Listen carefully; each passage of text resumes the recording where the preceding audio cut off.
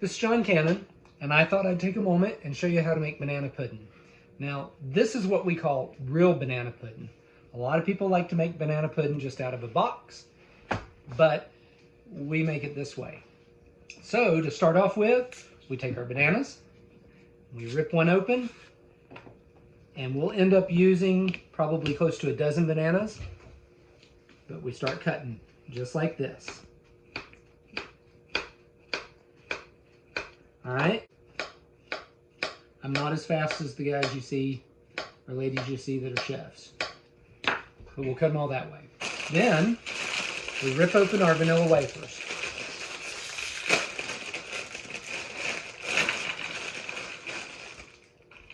And we spread them out like so. And we cover the whole bottom of the pan, just like this. And then once the whole bottom of the pan is covered, we take a layer of bananas and we do the same thing, just like this. Make sure you wash your hands first. Otherwise, that's just gross. Okay. And we'll keep on layering them like this. And then we'll put another layer on top. And obviously I haven't covered the whole pan yet because I'm trying to demonstrate, because you don't want to sit and watch me cover this whole pan. But you take a layer of wafers, bananas, wafers, bananas, wafers, until you see. So you see, we now have the finished product.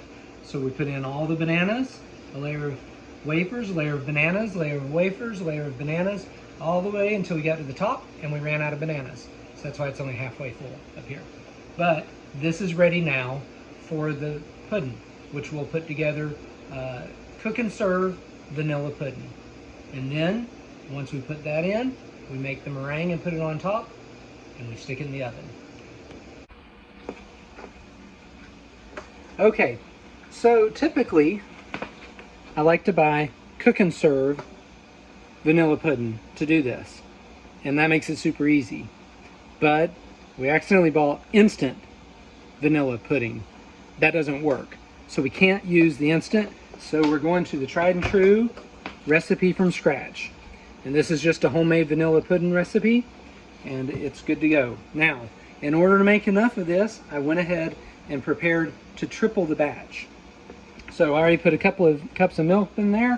I'm gonna go ahead and turn the stovetop on, and we've got a total of 6 cups of milk, 1.5 cups of white sugar, 9 tablespoons of cornstarch, 3/4 teaspoon of salt. Now we don't add any of the rest of the ingredients yet, because first thing we've got to do is heat this up and stir it up, because we don't want to put the vanilla in or the butter in until this is heated and stirred. And we stir it until it comes off and sticks to the back of the spoon. That's how you'll know it's done, is when you get a nice, when you dip it in and you get a nice glaze on the back of the spoon. So we'll spend some time stirring and get it the rest of the way ready. Okay, so we've now stirred it up. You can begin to see it's starting to thicken. So I turned the heat off. Once we get the heat off, we add the butter, which I actually already just did. And we add 3 teaspoons of vanilla. That's about 3 teaspoons. And we stir it up. And we now have homemade cook and serve vanilla pudding as soon as that finishes stirring in. Okay, so as I mentioned before, we couldn't use our instant or our cook and serve store-bought pudding, so we had to make our own homemade, because I repeat, you can't use instant pudding in this recipe. I don't know why, other than it thickens up too quick and you can't get it to mix in like it's supposed to, but you can't use instant pudding. So once we have our cook and serve pudding ready to go, I'm gonna set that right there. Then we pour it all in, and it dumps in all around all those wafers. And this takes a moment because you don't want it to overflow the sides.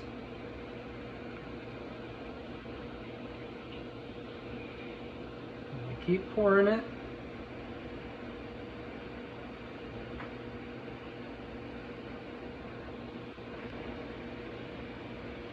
pouring it.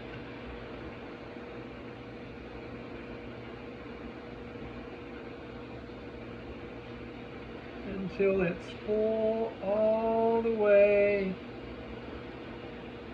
to the top there.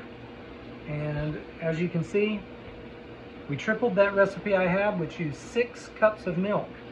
So it takes a fair amount to fill this thing up. Usually we use 2 big boxes here, and that's just enough. So now we've got to make the meringue. Okay, part of the banana pudding is the egg white meringue. And you have to actually use egg whites. And so there are fancy little tools to take the yolk out of the egg, but in this case I need 6 egg whites. And so the way I'm going to do this is I'm going to crack it in a bowl. Then I simply take a spoon and I scoop in, and you see that egg white drop off. There it goes. And now I got the yolk out of it. There's a little bit more white there that's rolling off. And I just separated it. So I'm going to repeat this to get all 6 of my eggs, and then I'll throw the egg whites in the mixer.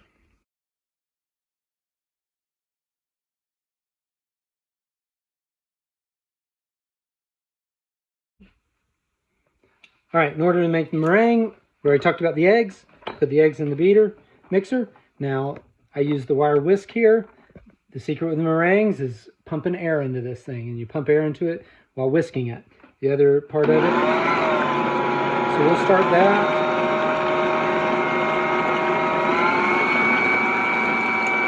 That's 6 egg whites. And then this recipe calls for, well, I doubled the recipe. So it called for 6 egg whites and now a half teaspoon of cream of tartar.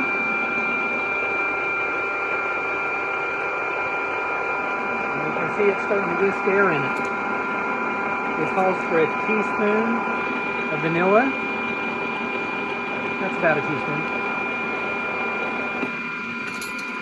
And then for 6 egg whites, it's going to take 12 tablespoons of sugar. And you add those in one at a time. 2.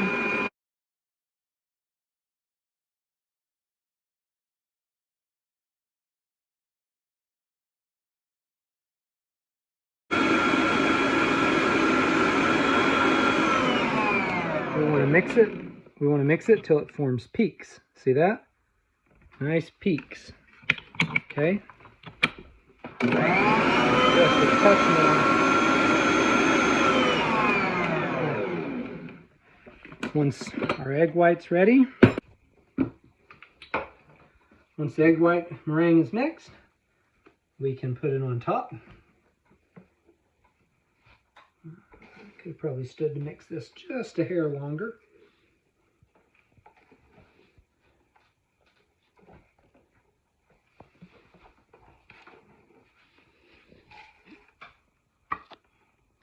And we can just spread it around. And I like to make sure that I seal the sides, that I hit the actual side of the pan here. That way it helps keep the everything in.